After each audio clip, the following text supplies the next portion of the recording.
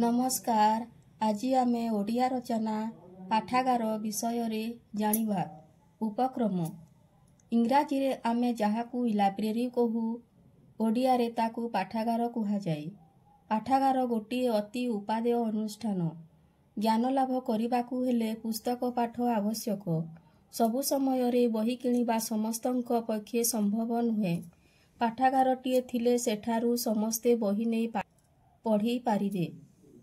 वर्णना पाठागार गोटे निरापद घर होइथाई। एठारे बही सबू रखिबा पई आलमारी मान रही थाई।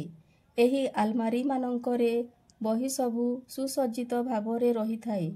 गोटे प्रकारर बही गोटे धाड़ी रे रखा जाई थाई। पाठक मानंक सुविधा पई बही गुड़िकू ठीक भावरे रखी सजा जाई थाई। एठारे इशू रेजिस्टर बा बही धार देवा खाता रखा जाई थाई। बही नेबा एवं फेराइबा समय रे लेखा जाई। पाठागार पई जणे पाठागार परिचालक थांती। तांकू लाइब्रेरियन बोली कुहा जाए। शेष कथा पाठागारर उन्नति पई समस्ते सहयोग करिबा आवश्यक। पाठागारर नियम ओ श्रृंखला प्रति दृष्टि देबा। यथा समय रे बही फेराइबा। निया जाइथिबा बही गुड़िकू उद्धारकारी माने यत्नर सहित व्यवहार करिबा उचित। धन्यवाद।